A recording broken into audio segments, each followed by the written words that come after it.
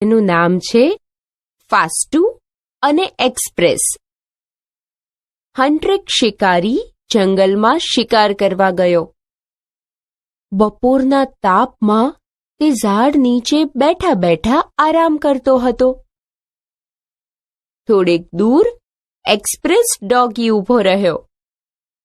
એટલામાં ફાસ્ટુ સસલું ત્યાંથી દોડતું દોડતું નીકળ્યું. એક્સપ્રેસ ડોગીના મોંમાં પાણી આવ્યું. તે ફાસ્ટુ સસલાની પાછળ પાછળ દોડ્યો. ફાસ્ટુ સસલું સુપર ફાસ્ટ સ્પીડમાં દોડતું હતું.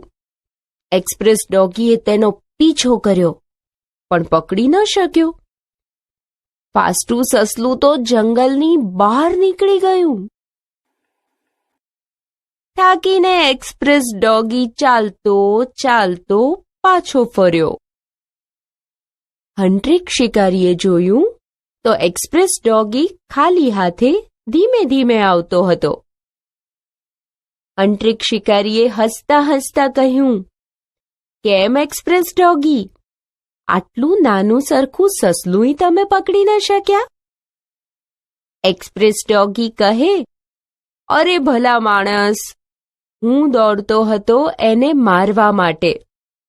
તે દોડતું હતું જીવ બચાવવા માટે. દોડ દોડમાં ફેર હતો ને, સમજ્યા?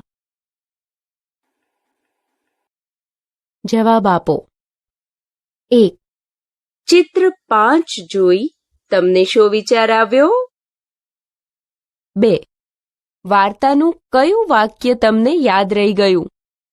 કેમ? 3.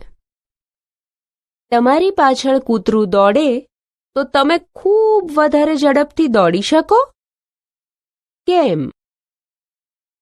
4. તમે દોડીને જતા હોય, થોડા થાકી જાઓ, પણ તમારી પાછળ કૂતરું દોડે તો તમે શું કરો?